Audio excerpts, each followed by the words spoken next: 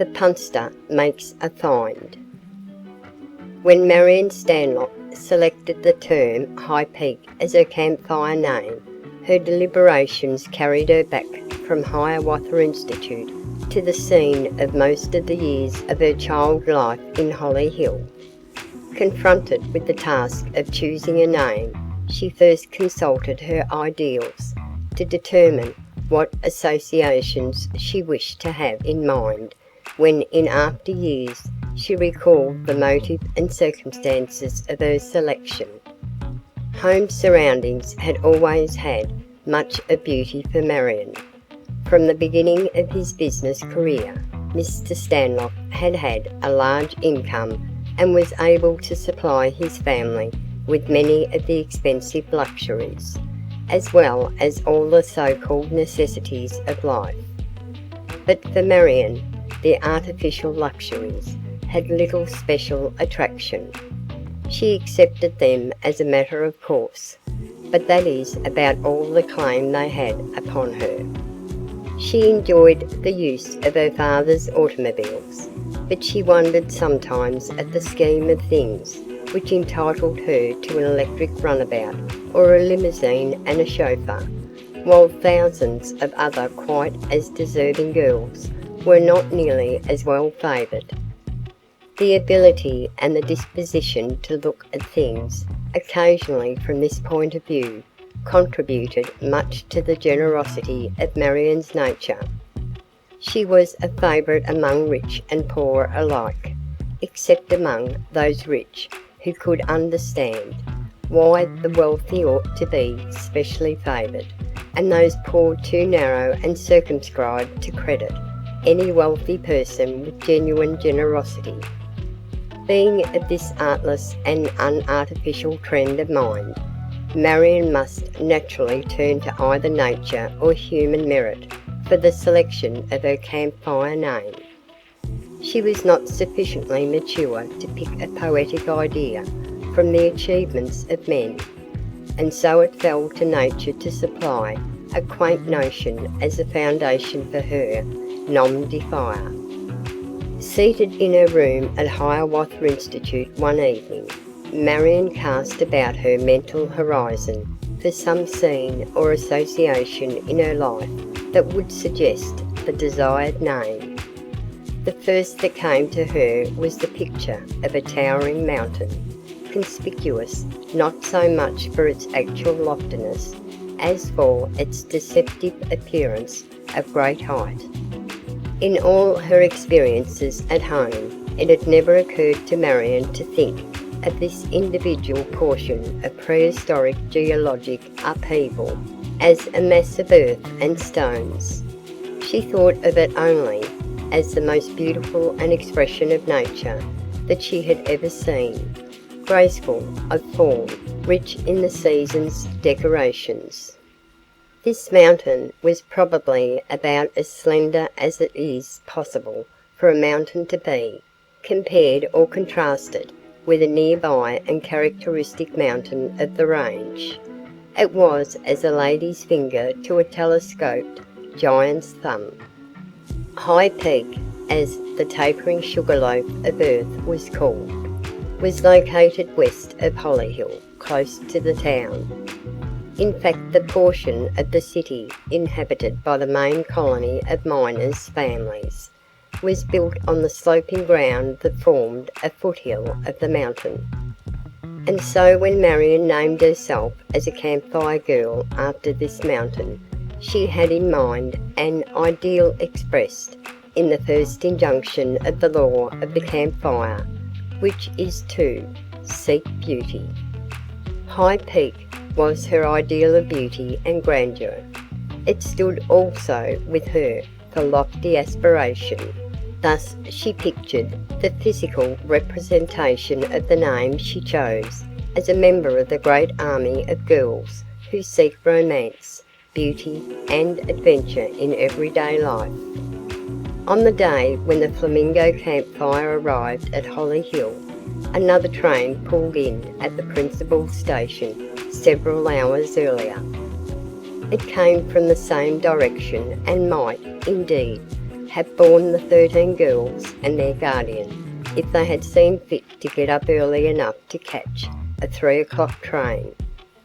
But the 13 girls would have been much interested if they could have beheld the 8 boy passengers as they got off in a group and looked around to see if there was anyone at the depot who knew any of them. Relieved at the apparent absence of anybody who might recognise the one of their number whose home was in Hollyhill, or another who had been a frequent visitor there, the 8 boys hastened to a corner half a square away from the depot and boarded a streetcar that was waiting for the time to start from this terminal point. The car started almost immediately after they had seated themselves, moving in a southwesterly direction through the business section of the city and then directly west toward High Peak, passing along the northern border of the mining colony and then making a curve to the north through a more prosperous residence district. The 8 boys all wore scout uniforms. They were the full membership of one Spring Lake patrol, the leader of which was Ernest Hunter, whose home was in Hollyhill, and who had invited all the scouts of his patrol to be his guests during the holidays. This invitation followed the receipt of information that Marion Stanlock had invited the members of her campfire to spend the Christmas holidays with her. Ernest Hunter was well prepared to entertain his guests in real scout fashion. His parents' home was not large enough to afford sleeping quarters and other ordinary conveniences for 7 visitors in addition to the regular personnel of the family. But the boy had taken care of this deficiency long before he had ever dreamed that it might occur. The Hunter home included a large tract of land running clear up to the foot of the mountain, which at this point was rocky and covered with a plentiful growth of white pine, hemlock and black spruce. Hidden behind an irregular heap of boulders and a small timber foreground was a cave, formed by nature and nature's and artistic elements, that could not fail to delight the most fastidious wonder-seeker. The entrance was about the size of an ordinary doorway, flanked by twin boulders like columns for an arched shelter.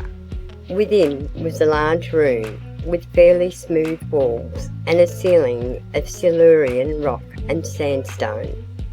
The cave, as it now appeared, would hardly have been recognised by its aboriginal frequenters.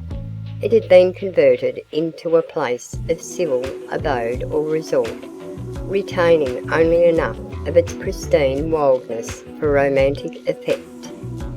Ernie Hunter had done his work well. He had provided for heat for the cave by running a galvanised stove pipe up through a crevice in the rocks and filling with stones and cement all the surrounding vents to guard against the draining in of water from the mountain side. He also collected and stored at home a supply of old mattresses, blankets, kitchen utensils, a laundry stove, and other domestic conveniences usable in a place of this kind. A week before vacation, he wrote thus to his 12-year-old brother Paul: "I'm going to bring 7 boys home with me. We are going to spend the vacation in the mountains, with the cave as headquarters. Will you have the stove hauled there and set up and keep a fire in it a good deal of the time to dry the place out thoroughly? We will come to Hollyhill on an early train, so as to have plenty of time to haul the mattresses and other outfittings to the cave and get it ready for habitation. We will all have guns and will have some great times shooting game. Of course, you will be in on all this." Paul did as requested. When the patrol arrived at the Hunter home, he reported to his brother that the latter's instructions had been carried out and all was in readiness for the removal of the outing outfit from the storeroom over the garage to the cave. Everything but the mattresses were piled into Mr. Hunter's 7-passenger touring car. The 8 boys piled in on top, and the first run to their holiday headquarters was made. As the machine drove up toward the mouth of the cave, the boys were startled at seeing 2 rough-looking men emerge from the entrance and slink away to the south, half hidden by the unevenness of the ground and the thick shrubbery. Their hurried movements and evident desire to avoid meeting the boys marked them as suspicious characters. Fearing that they might have committed some malicious act to render the place uninhabitable, Ernie hastened toward the cave, followed by the other boys, to make an inspection. Before entering, however, Ernie, who was the patrol leader, asked 4 of the boys to return and watch the automobile. Division of the patrol with this in view was quickly arranged, and Ernie, Clifford Long, Harry, Gilbert, and Jerry McCracken proceeded into the cave. The entrance of the cave was protected against the cold by a heavy blanket hung over a pole anchored at either end in the rocky side at the top. Pushing aside this wilderness portiere, the 4 investigators stepped in, lighting their way with 2 or 3 electric flashlights. They were relieved to discover that no damage had been done to the cave or to the stove set up within. After satisfying themselves on this score, they proceeded to replenish the fire by putting in several cuts of spruce, a good supply of which had been provided by Ernie's brother. The cave was still warm, and had been well dried out by the steady fire kept up by Paul for 2 or 3 days. The entire patrol now reassembled and mapped out a plan for completing their day's work. It was decided that Ernie should return in the automobile to his home a mile and a half away and bring the mattresses and a supply of food that was being prepared for them at the house, while the others took up themselves to the task of cutting a supply of brushwood to lay on the floor of the cave as a kind of spring support for the mattresses. Accordingly, Ernie got into the machine and drove away, while the other boys got busy with the task assigned to them. The patrol leader returned in less than an hour, accompanied by Paul and a farm hand employed by Mr. Hunter. They brought with them not only 4 mattresses, but the shotguns and rifles shipped by the boys from the academy for their midwinter hunting. Ernie announced that their trunks and valises also arrived and that George, the farm hand, would return for them in the automobile. The work progressed rapidly, and by the time the trunks and valises arrived, the mattresses were all in position. The food and cooking utensils were stored away in the narrowest compass of space that could be arranged for them, and a large pile of resinous wood had been gathered. It was now 4 o'clock, and the boys felt that they were entitled to a rest. A large boulder with a flat end, 2.5 feet in diameter, was rolled into the cave and propped into position, with slabs of stone for a table. On this was placed a large kerosene lamp, which when burning lighted up the cave very well. A supply of camp chairs had been brought with the first load, so that everybody had a seat.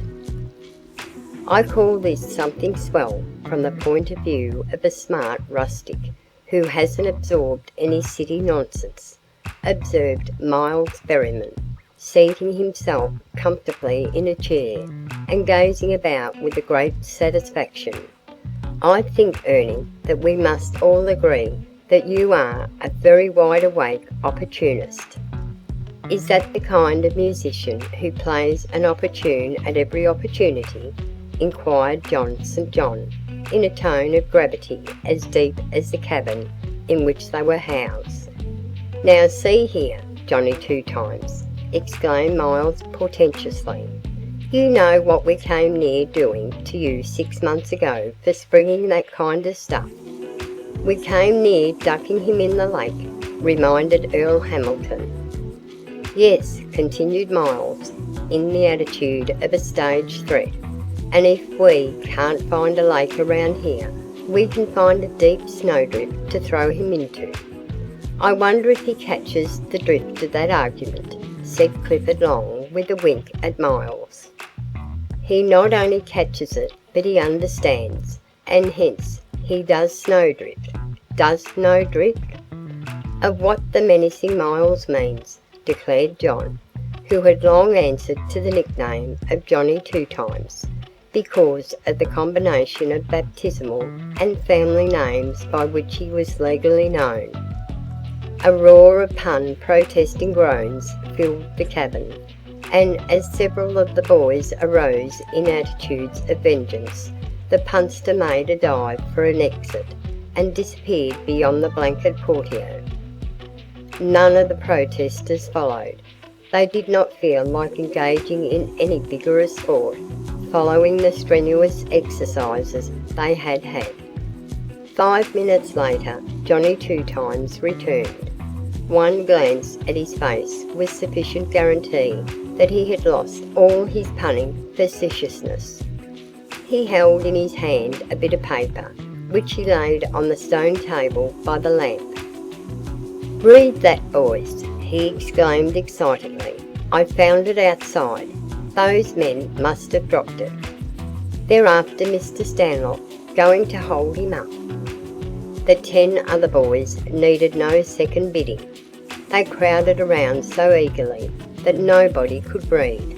"Here, I'll read it aloud," said Clifford, picking up the paper and holding it close to the lamp. Here is what he read: "I will bring old Stanlock along the foothill pike. We'll slow up in the sand stretch. Be there ready to grab him, Jake."